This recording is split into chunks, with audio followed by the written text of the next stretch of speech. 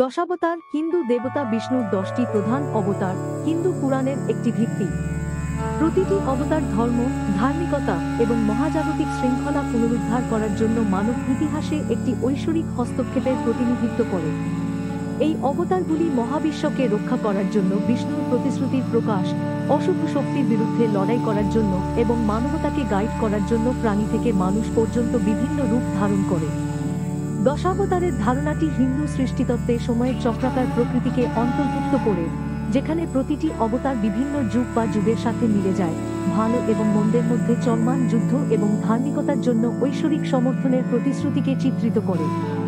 মৎস্য অবতার মৎস্য থেকে, যিনি প্রথম মানব মনুকে মহাপ্রলয় থেকে রক্ষা করেন, কল্কি পর্যন্ত ভবিষ্যৎবাণীকৃত যোদ্ধা যিনি কলিযুগের শেষে আবির্ভূত হবেন অধর্মকে ধ্বংস করতে এবং সত্যের একটি নতুন যুগের সূচনা করতে। প্রতিটি অবতার গভীর গল্প বহন করে এবং পাঠ এই আখ্যানগুলি কেবল ধর্মীয় নয়, নৈতিক, ভক্তি, সাহস এবং নম্রতার মতো শিক্ষামূলক মূল্যবোধক। আমরা যখন প্রতিটি অবতারের গল্পগুলিকে গভীরভাবে বিবেচনা করব, আমরা অন্বেষণ করব কিভাবে বিষ্ণুর হস্তক্ষেপগুলি হিন্দু ধর্মের নৈতিক ও আধ্যাত্মিক কাঠামোকে রূপ দিয়েছে, মানবতার জন্য নিরবধি জ্ঞান এবং পথনির্দেশক নীতিগুলি প্রদান করে। হিন্দু দেবতা বিষ্ণুর মৎস্য অবতার মৎস্য প্রায় বিষ্ণুর 10টি প্রধান অবতারের প্রথম হিসাবে স্বীকৃত। এই অবতার প্রথম মানুষ মনুকে একটি প্রলয়ঙ্করী বন্যা থেকে উদ্ধার করার জন্য পরিচিত। মৎস্যকে সাধারণত দৈত্যাকার মাছ, প্রায়শই সোনালী অথবা নৃতাত্ত্বিক আকারে বিষ্ণুর উপরের দেহ এবং মাছের নিচের দেহের সাথে চিত্রিত করা হয়। কিংবদন্তি মৎস্য ও মনুকে কেন্দ্র করে। মনু একজন বিধায়ক এবং পূর্বপুরুষ রাজা হিসাবে বিবেচিত। তার দৈনন্দিন আচারের জন্য আনা জলের মধ্যে একটি ছোট মাছ আবিষ্কার করেন। মাছটি বড় মাছের শিকারের ভয়ে মনুর সুরক্ষার জন্য অনুরোধ করে বিনিময়ে আসন্ন প্রলয় থেকে তাকে বাঁচানোর প্রতিশ্রুতি দেয়। মনু সম্মত হয় এবং প্রথমে মাছটিকে একটি পাত্রে জলে রাখে, তারপর এটি বড় হওয়ার সাথে সাথে একটি বড় খাদে স্থানান্তরিত করে। মাছটি নিরাপদ হওয়ার জন্য যথেষ্ট বড় হয়ে গেলে মনু তা সমুদ্রে ছেড়ে দেয়। মাছটি নিজেকে মৎস্য হিসাবে প্রকাশ করে মনুকে আসন্ন বন্যার কথা জানায় এবং তাকে একটি জাহাজ তৈরি করার নির্দেশ দেয় যাতে সে মাছের শিঙ্গে নোঙর করতে পারে। নির্ধারিত দিনে মনু জাহাজে চড়েন এবং বন্যা বিশ্বকে গ্রাস করার সাথে সাথে মৎস্য জাহাজটিকে উত্তরের পর্বতমালার নিরাপত্তার দিকে নিয়ে যান, প্রায়শই হিমালয় হিসাবে চিহ্নিত করা হয়। একমাত্র মানব বেঁচে থাকা হিসাবে মনু তপস্যা এবং বলিদান অনুষ্ঠান করে, যেখান থেকে দেবী ইডা আবির্ভূত হয়। একসাথে তারা পৃথিবীকে পুনরুজ্জীবিত করে মানবতার জন্ম দেয়। কুর্মা দশাবতারের দ্বিতীয় অবতার বিষ্ণুর 10টি প্রধান অবতারকে বোঝায়। সংস্কৃতে কুর্মা শব্দের অনুবাদ কচ্ছপ বা কচ্ছপ। মহাকাব্য মহাভারতের আদি পর্বে বিষ্ণু দেবতা এবং অসুরদের অমৃত লাভের জন্য সমুদ্র মন্থন করার পরামর্শ দেন। দেবতারা মন্থন দণ্ড হিসাবে মান্দারা পর্বতকে এবং সাপ বাসুকিয়ানন্তকে দড়ি হিসাবে বেছে নেয়। তারপরে তারা কচ্ছপের রাজা কুর্মারাজাকে তার পিঠে পাহাড়টিকে সমর্থন করার জন্য সহায়তা চায় এবং কুর্মা রাজি হয়। দেবগণ বাসুকির লেজের দিক থেকে মন্থন করেন আর অসুররা মাথার দিক থেকে মন্থন করেন। অবশেষে অমৃতের পাত্র ধারণ করে সমুদ্র থেকে দেবতা ধন্বন্তরী আবির্ভূত হন। অমৃতের জন্য দেবতা ও অসুরদের মধ্যে যুদ্ধ হয়। নারাজন একজন মুগ্ধ নারীতে রূপান্তরিত হয়ে যা পরে মোহিনী নামে পরিচিত, অসুরদের প্রতারণা করে এবং দেবতাদের অমৃত বিতরণ করে। নারাজন নরাসহ অসুরদের সাথে যুদ্ধ করেন এবং শেষ পর্যন্ত দেবতাদের জয় হয়। বরাহ হল দেবতা বিষ্ণুর সুজরের অবতার এবং দশাবতারের তৃতীয় অবতার, বিষ্ণুর 10টি প্রধান অবতার। হিন্দু শাস্ত্র অনুসারে হিরণ্যক্ষ রাক্ষস পৃথিবীকে সমুদ্রের তলদেশে টেনে নিয়ে গিয়েছিল। এটি উদ্ধার করার জন্য বিষ্ণু একটি বন্য সুজরের রূপ ধারণ করেন, যা ভারাহা অবতার নামে পরিচিত। ভারাহা এবং হিরণ্যক্ষের মধ্যে পরবর্তী যুদ্ধ 1000 বছর ধরে চলে বলে জানা যায়। শেষ পর্যন্ত ভারাহা রাক্ষসকে পরাস্ত করতে এবং সমুদ্রের গভীরতা থেকে পৃথিবীকে উত্তোলনের জন্য তার দাঁত ব্যবহার করেছিলেন। ভারাহা অবতারকে প্রায়শই একটি বিশাল সুজর হিসাবে বা মানবদেহ এবং একটি সুজরের মাথা সহ একটি শঙ্কর রূপ হিসাবে চিত্রিত করা হয়। এই রূপে তাকে তার দাঁতে পৃথিবী বহন করে বা তার পায়ে ভূমা দেবীকে সমর্থন করে দেখানো হয়েছে। সত্যযুগে ঋষি কাশ্যপ এবং তার স্ত্রী দিতির 2 পুত্র ছিল, হিরণ্যক্ষ এবং হিরণ্যকশিপু, যা তাদের ধ্বংসাত্মক প্রকৃতি এবং বিশৃঙ্খলার জন্য পরিচিত। হিরণ্যকশিপু স্বর্গ, পৃথিবী এবং পাতাল শাসন করতে চেয়েছিলেন। তিনি গভীর তপস্যা করেছিলেন, এতক্ষণ ধ্যান করেছিলেন যে তার উপর গাছপালা জন্মেছিল। তার ভক্তিতে সন্তুষ্ট ভগবান ব্রহ্মা আবির্ভূত হন এবং তাকে বলতেন, যদিও অমরত্ব নয়। পরিবর্তে হিরণ্যকশিপু অজেজদার কাছাকাছি অনুরোধ করেছিলেন, মানুষ বা পশু দ্বারা, দিনে বা রাতে, ভিতরে বা বাইরে, এবং কোনো অস্ত্র দ্বারা হত্যা না করা। এই শক্তি দিয়ে তিনি আতঙ্কিত করে সবাইকে তার পূজা করতে বাধ্য করেন। বিষ্ণুর প্রতি ঘৃণা থাকা সত্ত্বেও তার পুত্র প্রহ্লাদ বিষ্ণুর একনিষ্ঠ অনুসারী ছিলেন। হিরণ্যকশিপুর প্রহ্লাদের বিশ্বাস ভাঙার চেষ্টা ব্যর্থ হয়। অবশেষে ভগবান বিষ্ণু নরসিংহ অর্ধমানুষ অর্ধসিংহ হিসাবে গোধূলি বেলায়, দিন বা রাত নয়, একটি দোরগোড়ায়, ভিতরে বা বাইরে নয়, আবির্ভূত হন এবং তাঁর নখর অস্ত্র বা মানুষ জন্তু নয় ব্যবহার করেন। হিরণ্যকশিপুকে পরাজিত করুন, তার অত্যাচারের অবসান ঘটান। ভগবান বিষ্ণুর বামন অবতার অসুর রাজা প্রহ্লাদের নাতি এবং বিরোচনের পুত্র মহাবলীর চারপাশে আবর্তিত হয়। দেবতারা সমুদ্র মন্থন করে প্রাপ্ত অমরত্ব থেকে অমর হওয়ার পর তারা অসুরদের পরাজিত করেন। তার হারানো ক্ষমতা এবং রাজ্য ফিরে পাওয়ার জন্য মহাবলী শুক্রাচার্যের সাথে পরামর্শ করেছিলেন, যিনি তাকে মহাভিষেক বিশ্বজিৎ যজ্ঞ করার পরামর্শ দিয়েছিলেন। সমাপ্তির পরে মহাবলী একটি স্বর্ণের রথ, স্বর্গীয় বর্ম এবং কখনো ক্ষয় না হওয়া মালা সহ ঐশ্বরিক উপহার পেয়েছিলেন। এগুলো দিয়ে সজ্জিত হয়ে মহাবলী ভগবান ইন্দ্রকে পরাজিত করেন এবং শুক্রাচার্যের কাছে তার সৌভাগ্য ধরে রাখার পরামর্শ চান। তাকে যজ্ঞ চালিয়ে যেতে এবং দরিদ্র ও ব্রাহ্মণদের সাহায্য করতে বলা হয়েছিল। এদিকে ভগবান ইন্দ্র ভগবান বিষ্ণুর কাছে সাহায্য চেয়েছিলেন, যিনি বামন নামে অবতারণা করেছিলেন। একটি যজ্ঞের সময় বামন মহাবলীর কাছে গিয়ে 3টি ধাপে আচ্ছাদিত জমির অনুরোধ করেন। মহাবলী রাজি হলেন এবং বামন 2 ধাপে পৃথিবী ও আকাশকে ঢেকে ফেললেন। তৃতীয় পদক্ষেপের জন্য মহাবলী তার প্রতিশ্রুতি রক্ষা করে মাথা নিবেদন করলেন। প্রসন্ন হয়ে ভগবান বিষ্ণু মহাবলীকে আশীর্বাদ করেন এবং তাকে পাতাল লোকের শাসন প্রদান করেন, যখন দেবতারা অমরাবতী ফিরে পান। পরশুরাম পরশুরাম বিষ্ণুর দশাবতারের মধ্যে ষষ্ঠ অবতার, চিরঞ্জীবদের একজন, অমর হিসাবে পূজনীয়। তিনি কলিযুগের শেষে বিষ্ণুর চূড়ান্ত অবতার, কল্কির গুরু হিসাবে পুনরায় আবির্ভূত হবেন বলে ভবিষ্যদ্বাণী করা হয়। ঋষি যমদগ্নি এবং তাঁর ক্ষত্রিয় পত্নী রেণুকার ঘরে জন্ম। পরশুরামের প্রাথমিক জীবন ঐশ্বরিক প্রভাব দ্বারা চিহ্নিত ছিল। তার পরিবারের কাছে সুরভি নামে একটি স্বর্গীয় গাভী ছিল, কামধেনুর বংশধর, যেটি তাদের কাঙ্ক্ষিত সমস্ত কিছু সরবরাহ করেছিল। কার্তবীর্য অর্জুন নামে এক রাজা এই অলৌকিক গরুর কথা জানতে পেরে যমদগ্নির কাছে এটি দাবি করেন। ঋষি প্রত্যাখ্যান করলে পরশুরাম দূরে থাকালীন রাজা জোর করে গরুটি নিয়ে যান। যমদগ্নির গাভীর প্রত্যাবর্তনের অনুরোধে রাজা তাকে আঘাত করে হত্যা করেন।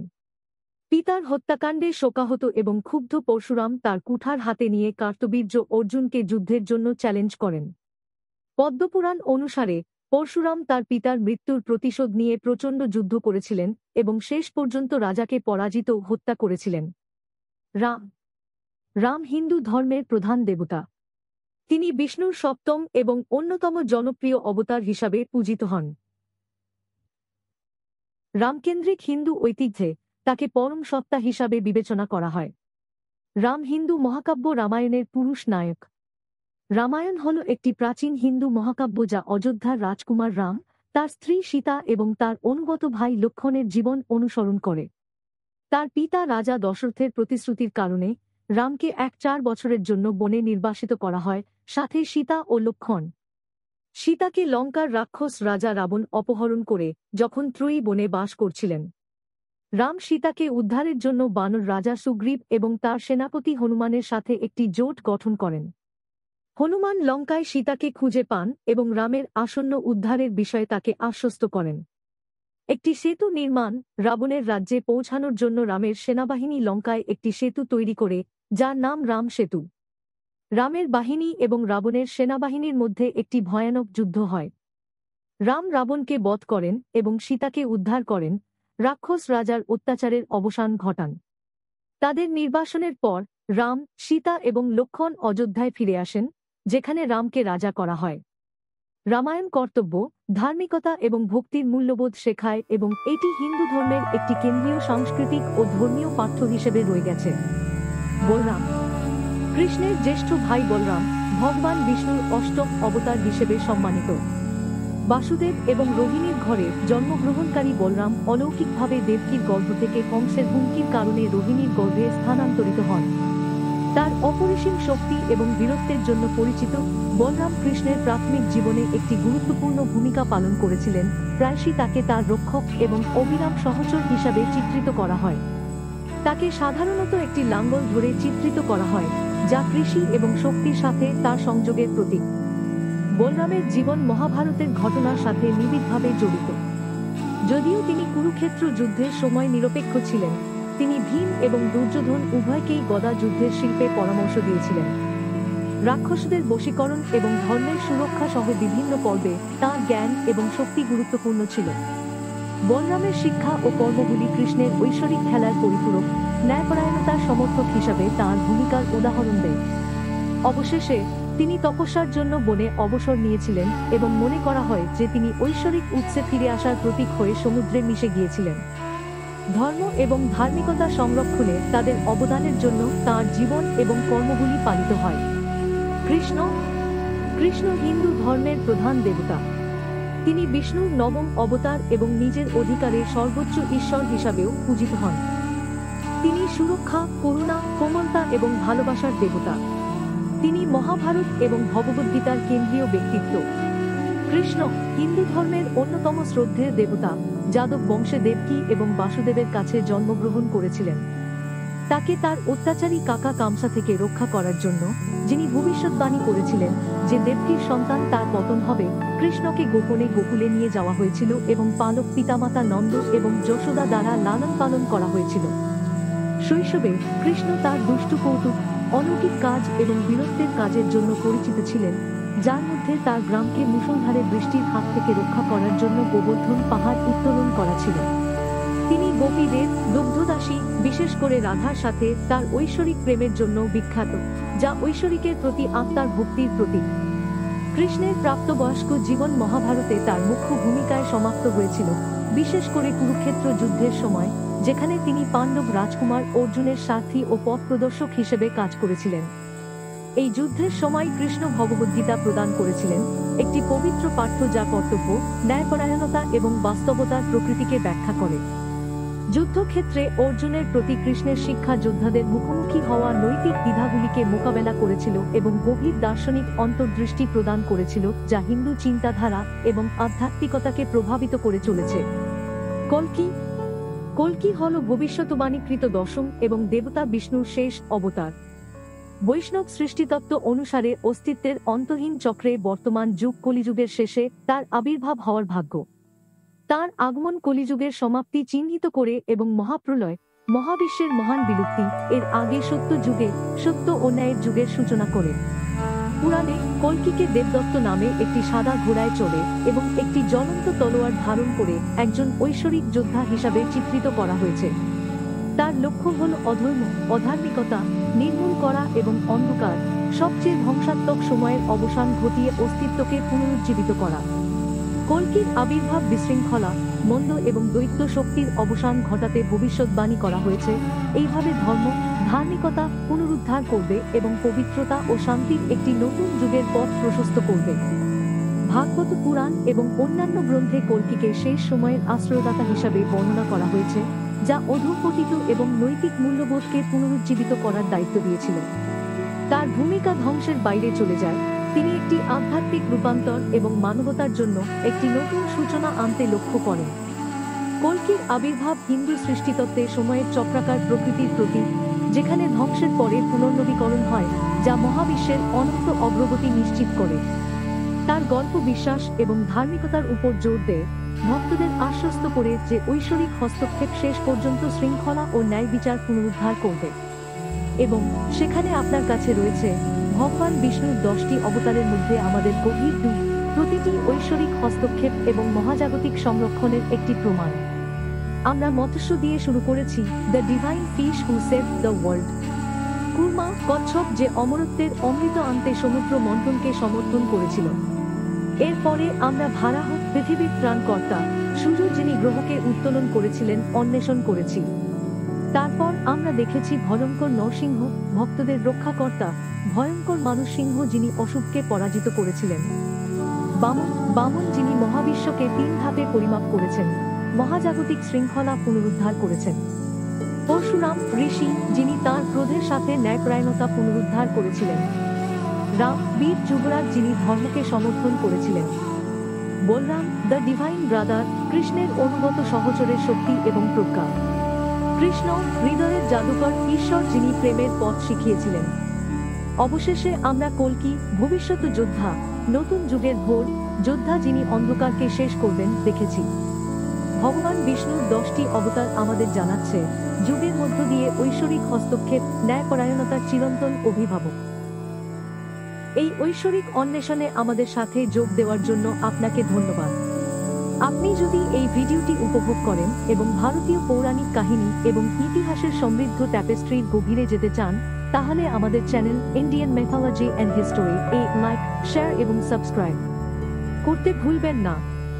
আমরা আপনার চিন্তা ভাবনা শুনতে চাই এবং আপনার কোন প্রশ্ন থাকতে পারে তাই নিচে একটি মন্তব্য করতে ভুলবেন না।